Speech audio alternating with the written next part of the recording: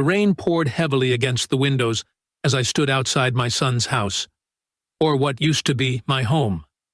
My hands trembled around the handle of my old leather suitcase. Behind the half-closed door, my son's words still echoed in my head, sharp and cold as winter wind. Greater than, "Dad, you're a burden now. We can't keep looking after you. Please, just go." For 74 years, I had lived with dignity. I worked as a history teacher in London, raised 2 children after my wife passed away, and did everything to give them the life I never had. And now, in the twilight of my years, I was being tossed out like an unwanted guest. My son, Edward, stood there, arms crossed, avoiding my gaze. His wife, Victoria, stood beside him, lips pursed with satisfaction. "Where will I go, Edward?" I asked, my voice breaking. He shrugged. "You have your pension, father. You'll manage. Maybe stay with Emily. She's doing quite well, isn't she?" I wanted to remind him of the nights I stayed up when he was ill, of the time I sold my old Austin Mini so he could afford his university fees. But I knew words wouldn't reach him anymore. So I simply nodded and walked into the rain. For hours, I wandered the streets, the water soaking through my coat. My legs ached, my back screamed, but my heart, that hurt the most. I ended up at the park near the Thames, the same spot where I used to take my children when they were little. The old wooden bench under the oak tree was still there. I sat down, the rain dripping from my gray hair. Memories flooded my mind. Little Edward running with his kite. My daughter Emily holding my hand, laughing when the kite got stuck in the branches. Those were the days when my family needed me, when I mattered. I must have dozed off, because when I opened my eyes, I saw headlights approaching. A car stopped in front of me, and out stepped Emily. "Dad!" she gasped, rushing toward me with an umbrella. "What on earth are you doing here?" "You're drenched." I could barely speak. "Your brother, he—" But she already knew. I could see it in her eyes. She wrapped her coat around my shoulders and helped me into the car. The warmth of the heater, her worried glances, it all felt like the comfort I thought I'd lost forever. At her home, she gave me dry clothes, hot tea, and a place to rest.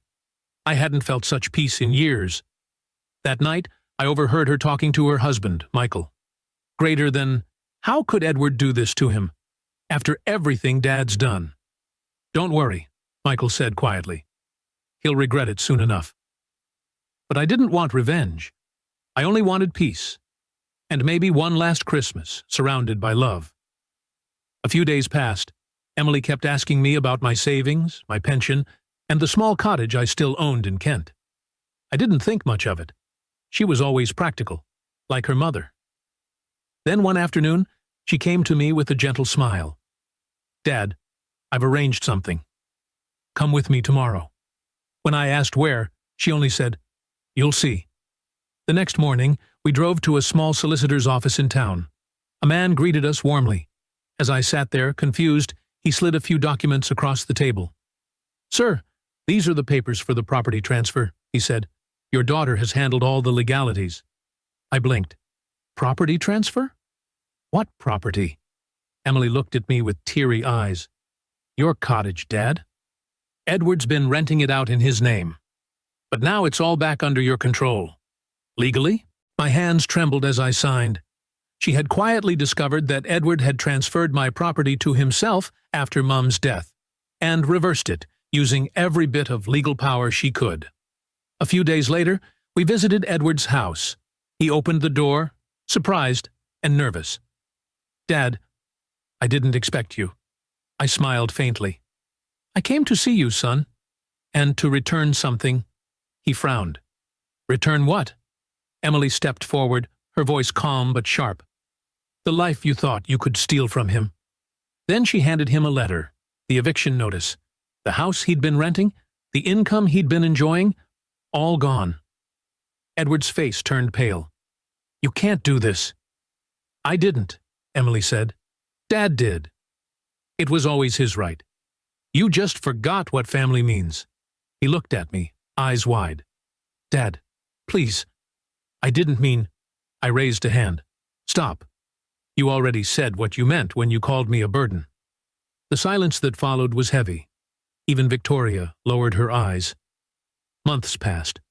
I continued living with Emily. Her home was full of laughter. Her children adored me. And every evening we shared tea in the garden, talking about her mother and the old days. One afternoon, there was a knock at the door. It was Edward, thinner, eyes tired. "Dad," he whispered. "I'm sorry." Emily wanted to shut the door, but I held her hand. "Let him speak." Tears rolled down his cheeks as he knelt before me. "I don't expect forgiveness.